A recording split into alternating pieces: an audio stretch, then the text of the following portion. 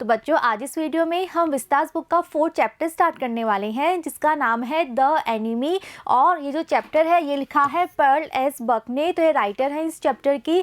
तो बच्चों जैसा कि नाम है हमारे चैप्टर का द एनिमी, तो ये चैप्टर है एक एनिमी, एक दुश्मन के बारे में। अब बच्चों वो एनिमी कौन है, कैसे मिलता है और उसके आने के बाद जो दूसरे व्यक्ति हैं उनके जीवन में क्या क्या चेंजेस आते हैं, किस तरह से वो उसके अपने एनिमी के साथ बिहेव करते हैं, कैसे उसको ट्रीट करते हैं, इसी बारे में एक बहुत ही इंटरेस्टिंग स्टोरी दी गई है। तो चलिए स्टार्ट करते हैं first part of our story the enemy.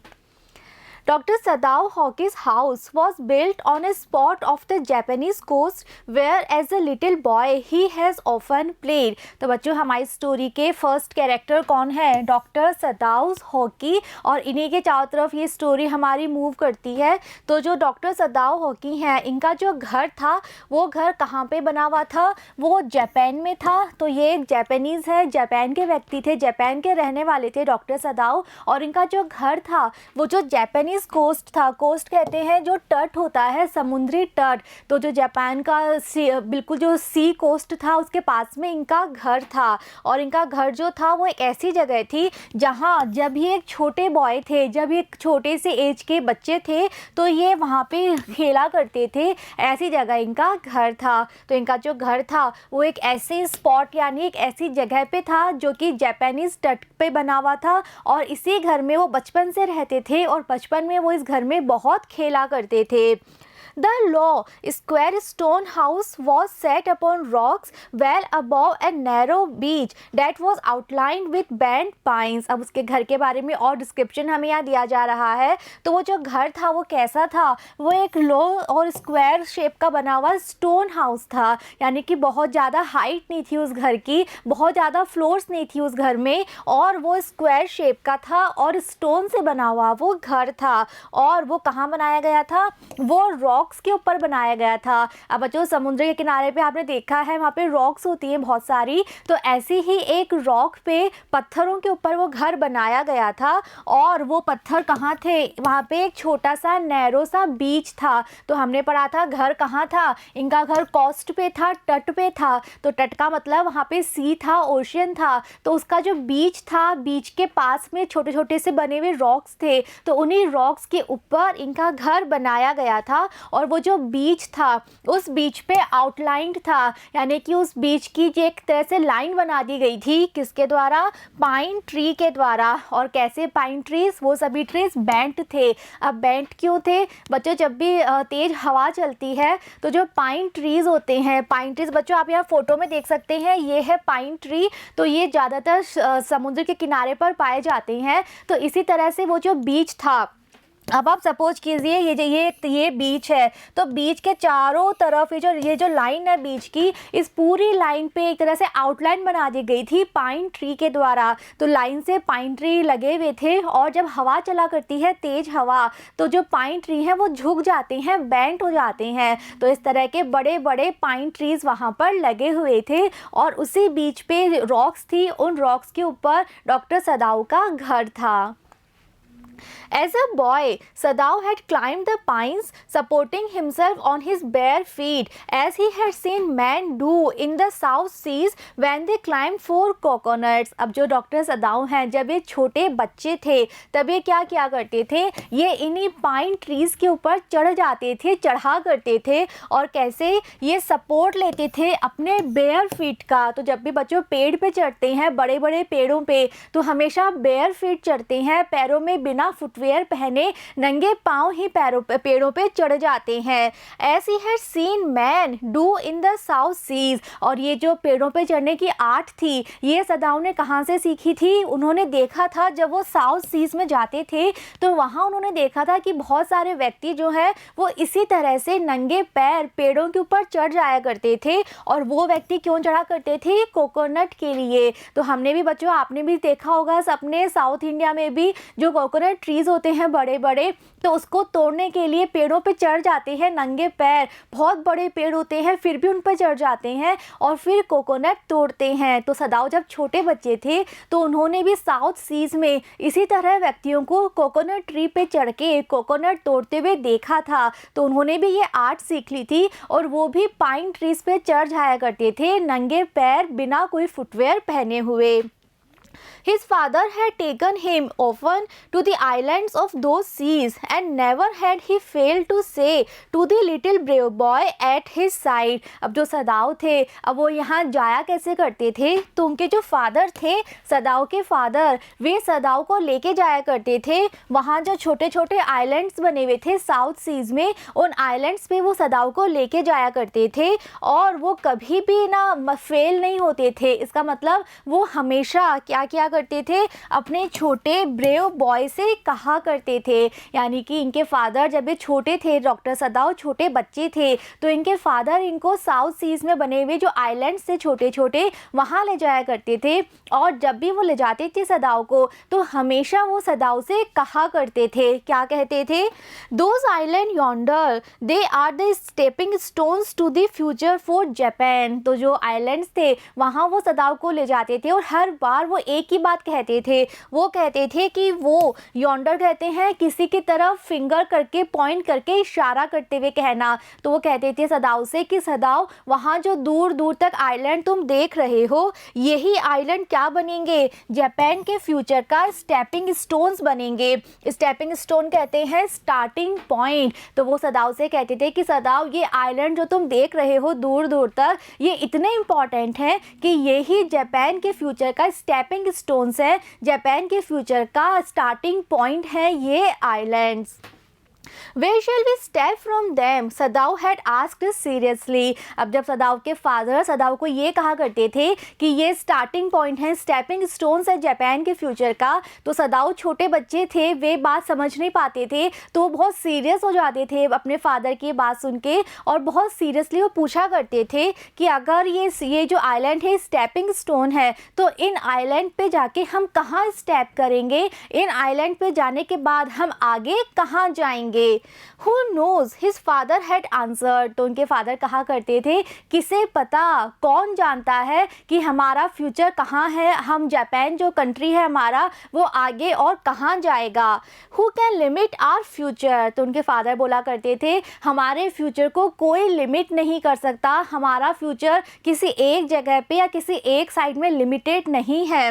It depends on what we make it. तो वो सदाओ को समझाते हुए कहते थे कि हमारा फ्यूचर उसी बात पे डिपेंड करता है कि हम अपना फ्यूचर किस तरह से बनाते हैं। तो जब सदाओ छोटे बच्चे थे तब से वो इन आइलैंड्स पे आया करते थे अपने फादर के साथ और उनके फादर उनसे कहा करते थे कि ये आइलैंड इतने इम्पॉर्टेंट हैं कि ये हमारे कंट्री जापान के लिए स्टेपिंग स्टोन्स हैं। और इसीलिए जो सदाओ था वो बचपन से ही इन आइलैंड्स को, इन ट्रीज़ को बहुत ज़्यादा पसंद किया करता था। Sadao had taken this into his mind as he did everything his father said. अब जब उसके फादर उसको बोला करते थे कि जापान का जो फ्यूचर है वो वैसा ही होगा जैसा हम बनाएंगे और कोई भी हमारे फ्यूचर को लिमिटेड नहीं कर सकता, एक लिमिट में, एक बाउंडेशन में बंद नहीं कर सकता। तो ये सुन के जो सदाओ था वो क्या करता था, वो अपने फादर की बोली गई इस बात को टेकन इनटू हिज माइंड यानी अपने मन में बैठा लेता था, यानी कि एक तरह से इस बात को लर्न कर लेता था। बहुत सीरियसली वो इस बात को सुना करता था और समझा करता था, बिल्कुल वैसे ही जैसे वो अपने फादर के द्वारा बोली गई हर बात को किया करता था। तो सदाओ अपने फादर की बहुत ज़्यादा रिस्पेक्ट करता था बचपन से ही। उसके फादर जो भी उसे बोला करते थे वो हर बात को बहुत सीरियसली और सिंसियरली सुना करता था, समझा करता था और अपने फादर की हर एक बोली गई बात को बिल्कुल मान लिया करता था। His father, who never joked or played with him, but who spent infinite pains upon him, who was his only son. अब जो सदाओ के फादर थे वो कैसे थे, उसके फादर भी थोड़े सीरियस टाइप के थे, थोड़े स्ट्रिक्ट थे, वो कभी भी जोक नहीं किया करते थे और ना ही वो सदाओ के साथ ज़्यादा खेला करते थे। लेकिन सदाओ जो था वो उनका ओनली सन था, यानी कि उनका एक ही बेटा था सदाओ। तो सदाओ के साथ ज़्यादा जोक्स नहीं किया करते थे, ज़्यादा खेला तो नहीं करते थे, लेकिन सदाओ को बड़ा करने के लिए उन्होंने इन्फिनाइट पेन्स यानी असीम दर्द, असीम तकलीफ़ें उन्होंने उठाई थी। तो वो अपने बेटे से बहुत प्यार करते थे और बहुत मुश्किल से, बहुत पेन्स और सफरिंग लेके उन्होंने अपने बेटे सदाओ को पाला था। Sadao knew that his education was his father's chief concern, और सदाओ को बचपन से ही पता था कि उसके फादर का चीफ कंसर्न यानी कि उसके फादर का सबसे बड़ा एक पॉइंट, सबसे बड़ा विचार, जो मेन बात है उनके फादर के माइंड में, वो क्या थी? सदाओ की एजुकेशन। तो सदाओ के फादर स्टार्टिंग से चाहते थे कि सदाओ बहुत अच्छी एजुकेशन ले, और ये बात सदाओ को पता थी कि उसके फादर का चीफ कंसर्न, उनके लाइफ का सबसे बड़ा पर्पज यही है कि सदाओ की एजुकेशन बहुत अच्छे तरीके से हो। For this reason, he had been sent at 22 to America to learn all that could be learned of surgery and medicine. तो सदाओ के फादर सदाओ की स्टडी के लिए, उसके एजुकेशन के लिए बहुत ज़्यादा कंसर्न थे। वो चाहते थे कि सदाओ बहुत एजुकेशन ले। इसीलिए जब सदाओ 22 ईयर्स का था तो सदाओ को कहाँ भेज दिया गया? अमेरिका भेज दिया गया था, ताकि अमेरिका जाके वो लर्न कर सके, वो सीख सके, सारी नॉलेज वो ले सके। किसके बारे में? सर्जरी के बारे में और मेडिसिन के बारे में। तो सदाओ मेडिकल की स्टडी कर रहा था, वो डॉक्टर बनना चाहता था, तो उसे अमेरिका भेज दिया गया था जब वो 22 ईयर्स का था, ताकि अमेरिका जाके वो सारी अच्छे से पढ़ाई कर पाए और हर एक बात वो जान पाए सर्जरी के बारे में और मेडिसिन के बारे में।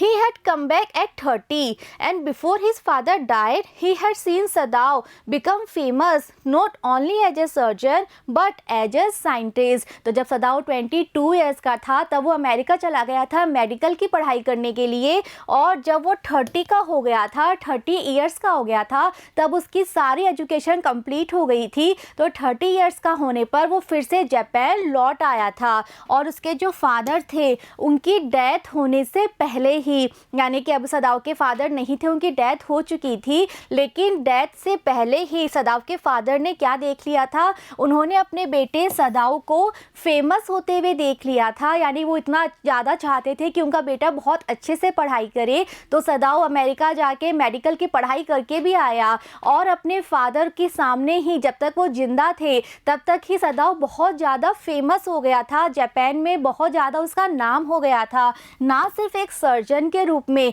बल्कि एक साइंटिस्ट के रूप में भी। तो सदाओ बहुत अच्छी पढ़ाई करके आया था अमेरिका से, और जापान में वो एक बहुत फेमस सर्जन बन गया था, और साथ ही उसका नाम था एक साइंटिस्ट के रूप में भी। और उसके फादर की डेथ हो गई थी, लेकिन डेथ से पहले ही उन्होंने अपने बेटे को एक सक्सेसफुल सर्जन और एक फेमस साइंटिस्ट बनते हुए देख लिया था। Because he was perfecting a discovery which would render wounds entirely clean, he had not been sent abroad with the troops. अब जो सदाओ था वो एक सर्जन भी था और एक साइंटिस्ट भी था, और वो एक ऐसे डिस्कवरी कर रहा था, डिस्कवरी कहते हैं आविष्कार, खोज। तो वो एक साइंटिस्ट था, तो साइंटिस्ट क्या करते हैं? नई नई डिस्कवरीज करते हैं, नई नई खोज करते हैं। तो सदाओ एक ऐसी डिस्कवरी कर रहा था, एक ऐसी डिस्कवरी में वो अपने आप को परफेक्ट बना रहा था, जिस डिस्कवरी के बाद क्या हो जाएगा? जितने भी वुंड्स होते हैं, जितने भी घाव होते हैं, वो घाव पूरी तरह से क्लीन हो जाएंगे। तो वो एक ऐसी नई खोज कर रहा था जिसके बाद ऐसा हो जाएगा कि किसी भी व्यक्ति के कोई घाव अगर हो गया है, कोई चोट अगर लग गई है, तो वो पूरी तरह से अच्छे से क्लीन हो जाए, ऐसी एक खोज वो कर रहा था। और यही रीज़न था कि उसे ट्रुप्स के साथ, उसे जापानीज़ आर्मी के साथ अब्रॉड नहीं भेजा गया। यानी कि हर कंट्री की जब आर्मी किसी वॉर के लिए बाहर जाती है तो उनके उस पूरी आर्मी के साथ में बहुत सारे डॉक्टर्स भी जाते हैं। तो ऐसे ही जापानीज़ आर्मी का कोई वॉर चल रहा था उस समय, ये वॉर के समय की कहानी है। जापानीज़ आर्मी भी कहीं वॉर कर रही थी, तो बहुत सारे डॉक्टर जापानीज़ आर्मी के साथ गए थे, लेकिन सदाओ नहीं गया था। क्यों नहीं गया था? क्योंकि उस समय वो एक डिस्कवरी कर रहा था। उस डिस्कवरी की वजह से उसे बाहर नहीं भेजा गया, उसे टाइम दिया गया कि जापान में रह के ही वो अपनी डिस्कवरी डिस्कवरी पूरी कर पाए और वो खोज अपनी कंप्लीट कर पाए। Also, he knew there was some slight danger that the old general might need an operation for a condition for which he was now being treated medically। तो एक रीज़न तो क्या था सदाऊ को अब्रॉड नहीं भेजने का कि वो एक डिस्कवरी कर रहा था, उसकी खोज चल रही थी। इसके अलावा एक और रीज़न था, और वो रीज़न क्या था, वहाँ पे आर्मी का कोई ओल्ड जनरल था और वो जो जनरल था उसका अभी ट्रीटमेंट चल रहा था मेडिकली, यानी कि सदाऊ जो था वो का ट्रीटमेंट दे रहा था उस जनरल को, उसकी दवाइयाँ चल रही थी। लेकिन सदाऊ जानता था कि जनरल की जो कंडीशन है वो कंडीशन अच्छी नहीं है और किसी भी समय ज़रूरत पड़ सकती है कि उस जनरल का ऑपरेशन किया जाए। तो एक ऑपरेशन का डेंजर था, स्लाइड कहते हैं हल्का सा, थोड़ा सा डेंजर था कि जो ये ओल्ड जनरल है इसकी कंडीशन ज़्यादा अच्छी नहीं है और हो सकता है इसका ऑपरेशन करना पड़ जाए। तो वो ऑपरेशन करेगा कौन, सदाऊ करेगा। इसीलिए ये भी रीज़न था कि सदाऊ को ट्रुप्स के साथ बाहर नहीं भेजा गया। And for this possibility Sadao was being kept in Japan. और इसी पॉसिबिलिटी की वजह से, किस बात की पॉसिबिलिटी, कि ओल्ड जनरल का ऑपरेशन करना पड़ सकता है, इसी पॉसिबिलिटी की वजह से सदाऊ को नहीं भेजा गया और उसे जापान में ही रख लिया गया। तो उस समय जापान की आर्मी कहीं गई हुई थी, दूसरी कंट्री के साथ वॉर चल रहा था और बहुत सारे डॉक्टर्स की टीम गई हुई थी, लेकिन सदाऊ नहीं गया था। दो रीज़न से, पहला रीज़न था कि उसकी एक डिस्कवरी चल रही थी क्योंकि वो एक साइंटिस्ट भी था, और सेकंड रीज़न था कि वो एक ओल्ड जनरल का ट्रीटमेंट कर रहा था, लेकिन उसकी कंडीशन ज़्यादा अच्छी नहीं थी और कभी भी उस जनरल का ऑपरेशन करना पड़ सकता था। इसलिए सदाऊ को जापान में ही रख लिया गया ताकि वो अपनी डिस्कवरी भी कंप्लीट कर ले, और अगर इस बात की पॉसिबिलिटी हो कि जनरल का ऑपरेशन करना है तो सदाऊ वहाँ पे अवेलेबल रहे। इसीलिए बहुत सारे डॉक्टर गए लेकिन सदाऊ को नहीं भेजा गया। Clouds were rising from the ocean now. तो बच्चों ये थोड़ा सा स्टोरी का बैकग्राउंड। अब क्या सीन है, अब जो क्लाउड्स हैं, हमें पता है कि सदाऊ का घर कहाँ है, ओशन के पास है, एक शोर पे है, तट पे है। तो वहाँ पे जो क्लाउड्स थे वो ओशन में से राइज हो रहे थे, ऊपर उठ रहे थे। तो वहाँ पे ओशन है और ओशन में से छोटे छोटे से क्लाउड्स जो है वो उठ रहे हैं। The unexpected warmth of the past few days had at night drawn heavy fog from the cold waves. अब ऐसा क्यों हो रहा था, क्योंकि पिछले कुछ दिनों से अनएक्सपेक्टेड, यानी जिसके किसी ने एक्सपेक्ट भी नहीं की थी, इस तरह की गर्मी हो रही थी। तो अचानक से पिछले कुछ दिनों से बहुत ज़्यादा गर्मी हो रही थी। इसीलिए अब रात के समय क्या हो गया था, वो जो ओशन की वेव्स थी, ओशन की जो लहरें थी, उन लहरों में से बहुत ज़्यादा फॉग यानी कोहरा उठ रहा था, क्योंकि दिन के समय इतनी ज़्यादा गर्मी थी पिछले कुछ दिनों से। इसीलिए अब रात के समय जो ओशन की वेव्स थी, उन वेव्स में से क्या हो रहा था, कोहरा उठ के ऊपर आ रहा था और कोहरे के बादल पूरे चारों तरफ फैले हुए थे। Sadam was to mist height outlines of a little island near the shore and then come creeping up the beach below the house, writhing around the pines। अब सदाऊ अपने घर के बाहर खड़ा है और सदाऊ क्या देख रहा है कि जो मिस्ट है, मिस्ट भी कहते हैं जो धुंध होता है, कोहरा होता है, तो वो देख रहा है कि ओशन में से फॉग के क्लाउड्स निकल रहे हैं, धुंध निकले जा रही है, और उस धुंध की वजह से जो वो छोटा सा आइलैंड है वहाँ पे बना हुआ, उसकी जो आउटलाइंस हैं, उसका जो बॉर्डर है, वो बॉर्डर भी क्या हो गया है, हाइड यानी छुप गया है। तो कोहरा क्या होता है, वही जिसके में हम ज़्यादा दूर तक देख नहीं पाते। तो वहाँ पे इतना ज़्यादा कोहरा हो गया था कि सदाऊ को जो आइलैंड का बॉर्डर था वो बॉर्डर दिखना बंद हो गया था, क्योंकि वो बॉर्डर उस कोहरे में, उस फॉग में छुप गया था। And then come creeping up the beach, और उसके बाद वो कोहरा धीरे धीरे, क्रीपिंग कहते हैं धीरे धीरे आगे बढ़ना। तो पहले तो उस कोहरे की वजह से जो आइलैंड के बॉर्डर्स थे वो छुप गए, अब वो कोहरा धीरे धीरे और आगे बढ़ता जा रहा है, और वो कहाँ तक आ गया, वो बीच तक आ गया था, बिलो द हाउस। वो बीच जो कि सदाऊ के घर के नीचे था, वहाँ तक वो कोहरा आ गया था, ब्रेदिंग अराउंड द पाइन्स। और अब वो कोहरा वहाँ पर आके वहाँ पे जो पाइन्स के ट्री थे उन ट्री के भी चारों तरफ लिपट रहा था, यानी कि उन ट्रीज़ को भी अपने अंदर छुपा रहा था। कहने का मतलब है चारों तरफ बहुत ज़्यादा कोहरा था, विजिबिलिटी बहुत कम हो गई थी, ज़्यादा दूर तक देखा नहीं जा रहा था, हर तरफ कोहरा ही कोहरा था। पहले तो जो आइलैंड के आउटलाइंस हैं वो दिखाई देनी बंद हो गई, फिर कोहरा बीच तक आ गया और फिर जो पाइन ट्रीज थे वो भी दिखाई देने बंद हो गए, क्योंकि वहां तक कोहरा फैल चुका था, सारी चीजें कोहरे में छुप चुकी थी। In a few minutes, fog would be wrapped about the house too। तो सदाऊ जानता था कि कोहरा इतना ज़्यादा बढ़ रहा है, ये आगे से आगे बढ़ता ही जा रहा है, और सदाऊ को पता था कि कुछ ही मिनट्स में कोहरा घर तक आ जाएगा और घर को भी रैप कर लेगा, घर को भी अपने में लपेट लेगा, यानी कि घर के चारों तरफ, घर के ऊपर भी कोहरा फैल जाएगा।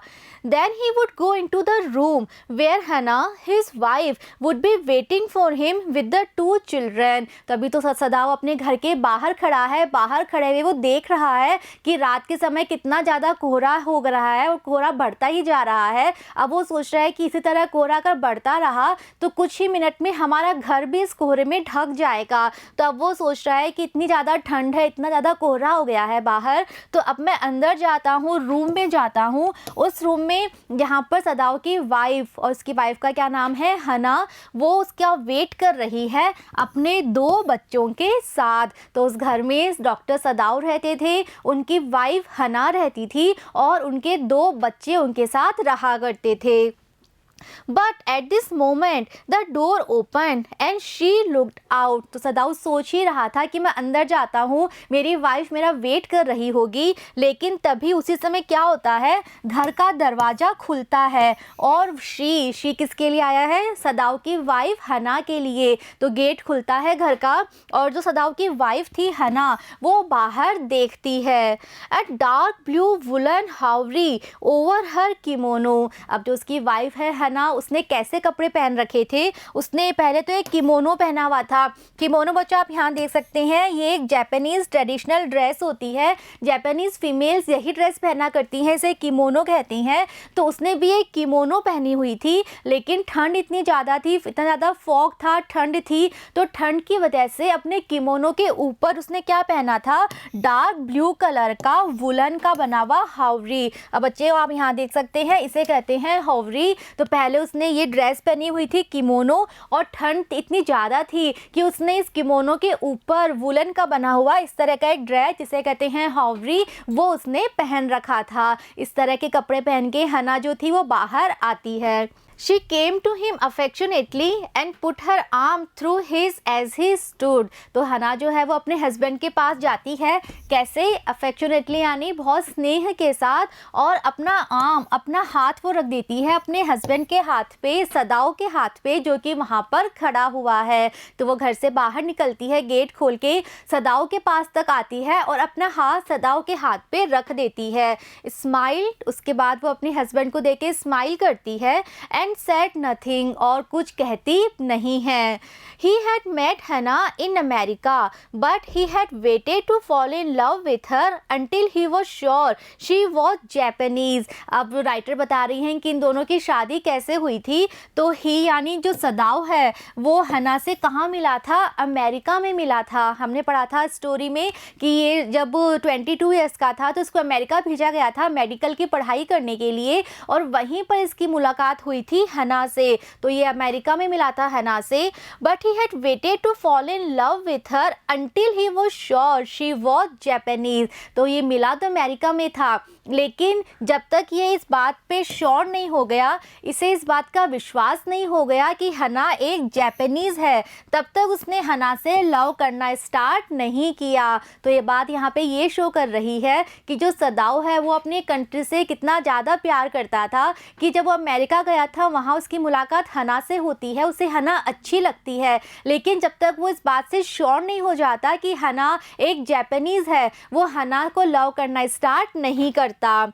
His father would never have received her unless she had been pure in her race। और सदाओ ये बात भी जानता था कि उसके जो फादर हैं वो भी सिर्फ जापानीज लड़की को ही पसंद करेंगे, वो भी कभी भी हना को एक्सेप्ट नहीं करेंगे, उसे रिसीव नहीं करेंगे, उसका वेलकम अपने घर में नहीं करेंगे। कब तक नहीं करेंगे? अगर हना अपने रेस में प्योर नहीं है। रेस कहते हैं जाति, तो अगर हना की रेस प्योर नहीं है, अब बच्चों प्योर रेस का क्या मतलब है कि हना के फादर भी जापानीज होने चाहिए और हना की मदर भी जापानीज होनी चाहिए। अगर ऐसा होगा तभी सदाओ को पता था कि उसके फादर जो है वो हना का वेलकम अपने घर में करेंगे, वो हना को एक्सेप्ट करेंगे। तो जब सदाओ इस बात से श्योर हो गया कि हाँ हना एक जापानीज फैमिली से बिलोंग करती है, एक जापानीज है, तभी उसने अपनी फीलिंग्स जो थी वो हना के लिए एक्सप्रेस करी थी।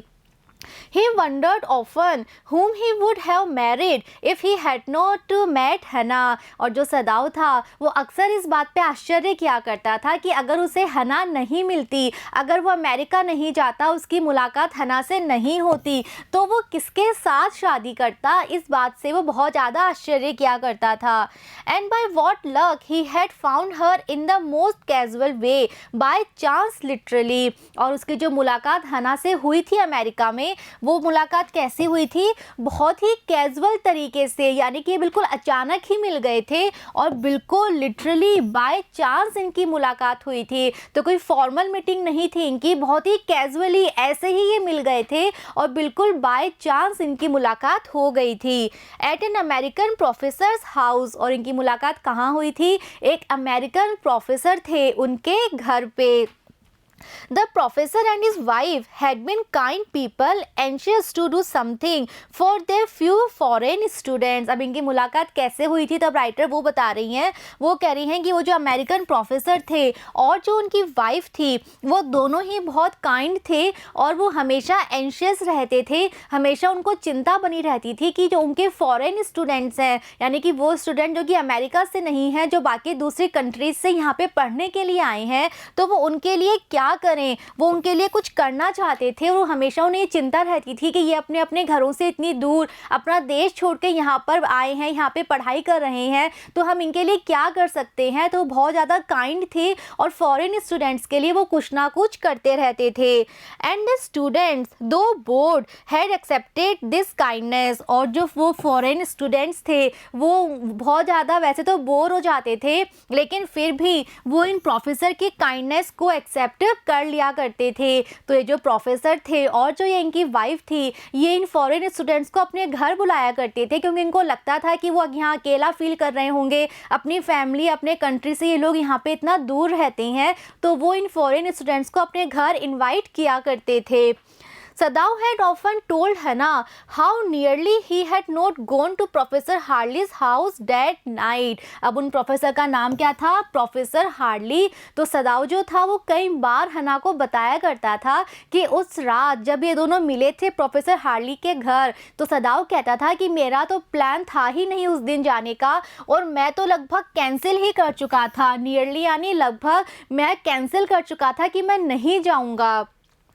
The rooms were so small, the food so bad, the professor's wife so voluble। और वो रीज़न बताया करता था कि क्यों ये नहीं जाना चाहता था, क्यों ये इसने जाने का प्लान ऑलमोस्ट कैंसिल कर दिया था। तो इसके ना जाने के क्या क्या रीज़न थे? इसको लगता था कि जो प्रोफेसर का घर है, उसका जो रूम है वो कितना छोटा है और जो खाना इनको वहाँ पे ऑफ़र किया जाएगा, इससे वो खाना भी नहीं अच्छा लगता था। ये सोचता था वो खाना भी कितना बुरा है। और इसके अलावा जो प्रोफेसर की वाइफ है वो इतनी ज़्यादा वॉल्यूबल यानी इतनी ज़्यादा बातूनी थी, वो इतनी ज़्यादा बातें किया करती थी कि सदाओ को ये तीनों ही बातें अच्छी नहीं लगती थी। इसीलिए सदाओ ने उस दिन जाने का प्रोग्राम लगभग कैंसिल ही कर दिया था।